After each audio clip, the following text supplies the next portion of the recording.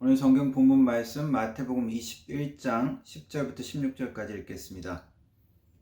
예수께서 예루살렘에 들어가시니 온 성이 소동하여 이르되 이는 누구냐 하거늘 무리가 이르되 갈릴리 나사렛에서 나온 선지자 예수라 하니라. 예수께서 성전에 들어가사 성전 안에서 매매하는 모든 사람들을 내쫓으시며 돈 바꾸는 사람들의 상과 비둘기 파는 사람들의 의자를 둘러 엎으시고 그들에게 이르시되 기록된 바 내 집은 기도하는 집이라 일컬음을 받으리라 하였거늘 너희는 강도의 소굴을 만드는도다 하시니라.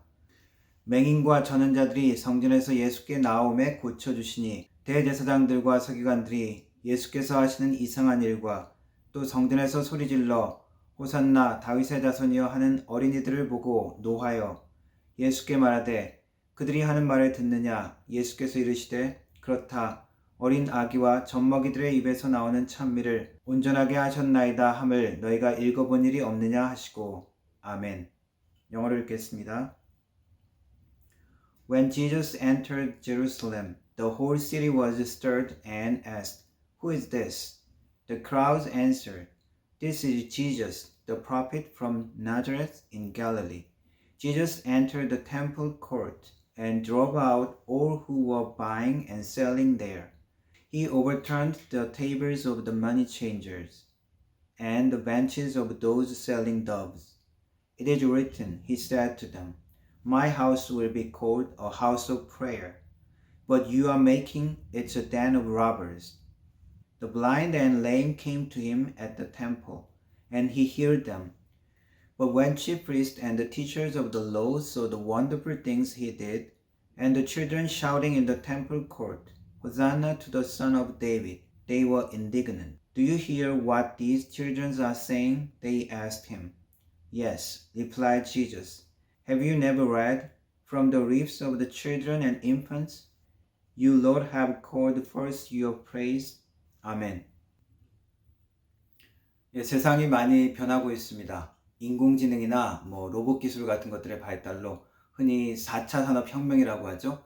그런 것들 때문에 많은 사람들이 많은 직업이 사라질 것이고 또 새로 생겨날 것을 전망하고 있습니다. 설문조사로 직장인들에게 사라질 직업에 대해서 조사를 했습니다. 1순위가 번역가, 캐시어, 그리고 격리, 공장 근로자, 비서 같은 단순 노동이나 단순 기술이 필요한 그런 직업이 사라질 것을 전망하고 있고요. 살아남을 직업은 연예인, 운동 선수, 작가, 영화 감독 등을 그렇게 생각하고 있습니다. 세계 경제 포럼에는 2022년까지 7만 5천 개의 직업이 사라진다고 예상하고 있습니다. 또한 2025년까지 현재 하는 모든 일들의 반 이상이 사라지고 바뀔 거라고 예상하고 있습니다. 어떤 사람들은 컴퓨터나 AI 같은 것은 창의적인 일을 할 수 없다고 생각을 하는데 AI도 소설을 쓰기도 하고 그리고 컴퓨터 프로그래밍도 하기 시작했습니다. 어떤 한 가지 기술, 어떤 한 가지 아이디어가 나타날 때마다 그리고 어떤 사람이 혁신적인 아이디어를 낼 때마다 세상은 바뀌고 변화하고 있습니다. 기술이나 과학적인 발견에 관한 것도 있지만 어떤 사상이나 이념도 마찬가지입니다. 한 사람의 사상과 이념이 많은 사람들의 변화를 일으키기도 합니다. 칼 막스의 공산주의 사상 때문에 많은 수억 명의 사람들이 죽었고 또 고통당했습니다. 그러나 그 반대도 마찬가지죠. 예수 그리스도만큼 인류에 큰 변화를 가져온 인물은 없습니다. 바로 예수님은 AD와 BC를 나누는 근거가 되어집니다. 예수님의 말씀과 복음이 들어간 곳에 문화와 생활이 변화되고 사람의 인격이 변화되는 역사가 일어납니다. 과정과 시간이 걸리기도 하지만 기독교의 영향력이 들어간 곳에 약자에 대한 신분의 변화와 그리고 인권에 대한 인식이 바뀌게 되어집니다. 미국의 역사학 회장 케네스 라토렛이라는 사람은 영향력 면에서 인류 역사에 기독교만큼 큰 영향을 끼친 단일 세력은 존재하지 않는다라고 이야기했습니다. 생명과 인격에 대한 존중은 우리 기독교 사상의 아주 큰 부분이기도 합니다. 초대개혁 때는 로마 시대에 검투 경기가 있었는데 그 검투사의 경기를 살인으로 규정하고 그 검투사에게는 세례도 주지 않았습니다. 또한 검투 경기를 관람하는 사람은 성찬에 같이 참여도 금지시켰습니다. 불륜을 숨기기 위해서 쉽게 낙태를 권하는 로마 문화를 신랄하게 비판했습니다. 그런 식의 낙태를 살인자나 강도와 동일한 것으로 취급했습니다. 근대에 와서도 마찬가지입니다. 과부를 죽은 남편과 함께 불태우는 인도의 악습, 사티라는 그러한 문화가 있습니다. 정부에서는 오래전에 금지를 시켰지만 지방에 부분적으로 2000년대까지 그런 악습이 남아있기도 했답니다. 이러한 악습의 문제를 제기하고 변화가 필요하다는 것을 제기했던 것이 바로 인도에 들어갔던 영국의 교회에서 시작됐다고 합니다.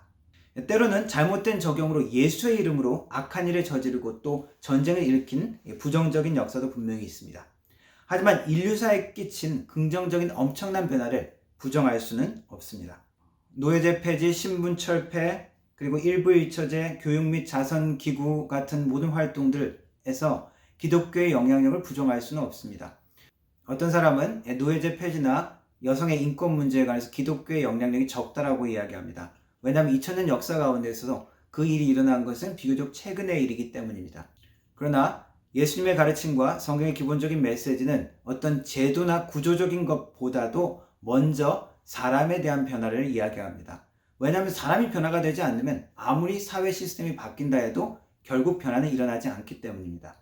왕정 시대에 살던 사람이나 공화정 시대에 살던 사람이나 민주주의 제도에 살던 사람이나 그 사회를 이끌어가는 지도층이 그리고 사람의 대부분이 변화되지 않는다면 여전히 사람들은 악으로 인해서 고통받고 그 악함 때문에 희생당하는 사람이 늘 있기 때문입니다. 예수님은 2000년 전에 유대인들에게 오셔서 하나님께서 본래 창조하신 의도를 새롭게 가르치십니다. 구약의 율법들의 의미를 새롭게 하나하나 재해석해 주십니다. 그리고 유대인들이 기대하는 지상의 이스라엘 나라가 아니라 하나님께서 왕 되시는 모든 민족이 같이 참여할 수 있는 하나님의 나라를 선포하고 가르치십니다. 그리고 그 왕국의 진정한 완전한 모습은 예수 그리스도의 십자가를 통해서 드러나게 될 것입니다. 하나님이 정말 어떠한 분이신지, 그리고 그 나라의 백성으로 어떻게 살아야 되는지, 세상의 가치관과 하나님의 나라의 가치관이 얼마나 서로 적대적인지 그것을 보여주신 것이 바로 예수 그리스도의 십자가입니다. 예수님은 이러한 자신의 마지막 십자가의 사명, 마지막 일주일을 보내기 위해서 예루살렘 성으로 입성하십니다. 예루살렘 성에 입성하신 후에 예수님은 성전을 방문하시고 성전 뜰에서 장사하는 사람을 쫓아낸 이야기가 오늘 읽은 본문의 이야기입니다. 그런데 예수님의 예루살렘 입성 이야기는 조금 요란한 것 같이 보입니다. 그냥 조용히 들어가실 수 있었죠.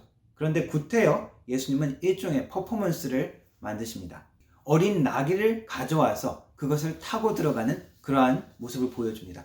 많은 군중들이 따라오면서 환호합니다. 예수님은 왜 이렇게 자신을 드러내고 그리고 주목받게 하는 이렇게 요란한 행사를 만드셨을까요? 이것은 이제 예수님께서 자신이 메시아임을 공식적으로 드러내고 선언하는 것입니다. 사람들은 여전히 나사렛 예수가 과연 진짜 메시아일까 아닐까 하는 그러한 논쟁을 하고 있었을 것입니다. 거기에 대해서 예수님은 그래, 내가 바로 너희들이 기다렸던 구약에서 약속한 그 메시아다라고 보여주는 것이 이 예수님의 예루살렘 입성의 모습입니다. 구약 스가랴 선지자의 예언입니다. 9장 9절입니다. 시온에 따라 크게 기뻐할지어다. 예루살렘에 따라 즐거이 부를지어다. 보라, 내 왕이 내게 임하시나니 그는 공의로우시며 구원을 베푸시며 겸손하여서 나귀를 타시나니 나귀의 작은 것 곧 나귀 새끼니라. 구약의 이런 분명한 말씀을 통해서 많은 군중들은 이제 나사렛 예수가 메시아구나라고 공식적으로 느끼게 되는 것입니다. 읽은 본문은 예루살렘 입성 후에 예루살렘 성전에 가셔서 성전 뜰에서 장사하는 일을 쫓아낸 것을 기록하고 있습니다. 마가복음에서는 예수님의 입성과 그리고 성전에서 이 성전을 청결케 한 사건을 다음 날로 설명하고 있지만, 이 마태복음에서는 예루살렘 입성과 그리고 성전 청결에 대한 사건을 한 시간대로 그렇게 밀접하게 연결해서 설명하고 있습니다. 이것은 예수님의 메시아의 사명과 그리고 성전의 역할에 대해서 연결해서 전하기 위한 것이라고 볼 수 있습니다.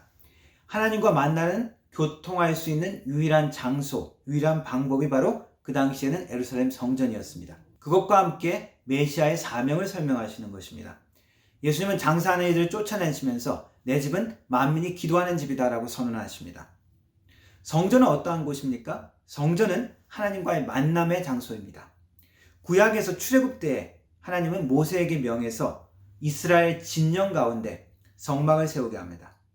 그리고 그 성막은 무슨 의미를 줍니까? 하나님께서 내가 내 백성 가운데 거한다라는 그 모습을 보여주시는 것이었죠. 예루살렘에 성전을 세웠을 때도 하나님은 그 성전을 통해서 자기 백성 하나님과 만나시면서 이스라엘 가운데 거하시는 하나님의 모습을 드러내 보여주십니다. 다윗은 하나님에 대한 사랑, 하나님에 대한 그 찬양과 영광을 돌리는 그 모습을 하나님의 성소에 대한 사모함으로 시편에 기록하고 있습니다. 그래서 예루살렘 성전은 여호와 하나님께서 이스라엘을 만나주시는 것이고, 그리고 그들 가운데 거하겠다는 그 약속을 성취해 주시는 하나님의 사랑을 표현하는 그러한 것이라고 할 수 있습니다. 그러나 이제 그 성전은 그 기능을 상실하고 있습니다. 성전은 더 이상 기도의 장소가 아니었습니다. 하나님의 마음을 잊어버리고 자신들의 이익과 편리함 가운데 그것이 중심에 된 예배로는 하나님을 진정으로 만날 수 없기 때문입니다.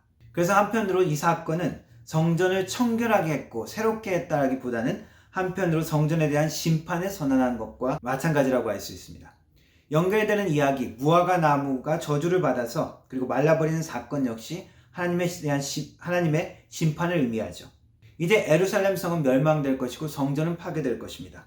그리고 이제 새롭게 하나님께 나아갈 수 있는 새로운 길을 보여주십니다. 바로 예수님을 통해서, 예수 그리스도의 십자가를 통해서 하나님 앞에 예배하고 기도할 수 있는 그 길을 보여주시는 것입니다. 우리는 기도의 끝에 항상 예수님의 이름으로 기도합니다라고 기도를 합니다.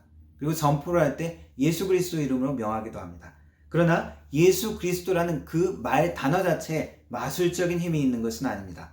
예수님께서도 너희들이 내 이름으로 무엇을 구하든지 내가 응답하겠다고 약속을 하셨지만, 믿음 없이 그 말을 쓴다고 그냥 마술적인 힘처럼 당연히 그 기도가 응답되어지고 권위를 나타내는 것은 아닙니다. 구약 때는 하나님께 나아갈 때마다 그리고 예배드릴 때마다 항상 반드시 희생 제물이 필요했습니다. 왜냐하면 인간의 공로로는 우리는 기도할 수 없고 우리의 죄의 문제, 하나님으로부터 오는 악에 대한 심판, 저주를 피할 수 없기 때문입니다. 반드시 피의 제사를 통해서 하나님의 공의가 선포되어지고 그때 우리는 하나님 앞에 나아갈 수 있었습니다. 그러나 신약시대 우리는 어떻습니까? 이제 피의 제사가 필요 없습니다. 그런 제사가 필요 없이 우리는 기도할 수 있고 예배하면서 나아갈 수 있습니다. 그러면서 우리는 당연히 편하게 그냥 하나님 앞에 나아갈 수 있고 처음부터 그냥 당연히 하나님 앞에 나아갈 수 있다고 착각할 수가 있습니다. 그렇게만 생각한다면 우리는 중요한 것을 잊게 되는 것입니다. 이것은 마치 그냥 나의 공로로 충분히 하나님 앞에 나아가서 기도할 수 있다고 생각하는 것이나, 혹은 아무 희생이나 아무런 조건 없이 죄가 있지만 그냥 하나님 앞에 나갈 수 있는 것으로 착각하면 안 된다는 것입니다.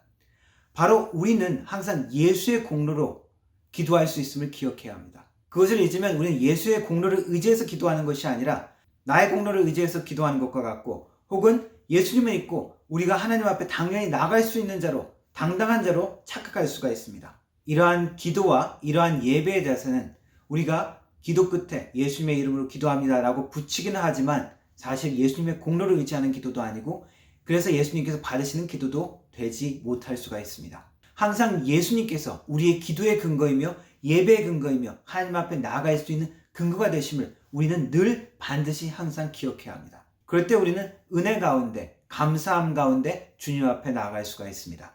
오늘 본문에는 아이들이 호산나 다윗의 자손이여 찬양하는 모습, 그리고 성전에서 예수님께서 맹인과 절름발이를 회복시키시고 다시 보게 하는 모습들이 나옵니다. 반면에 바리새인들과 유대 지도자들은 예수님을 대적하죠.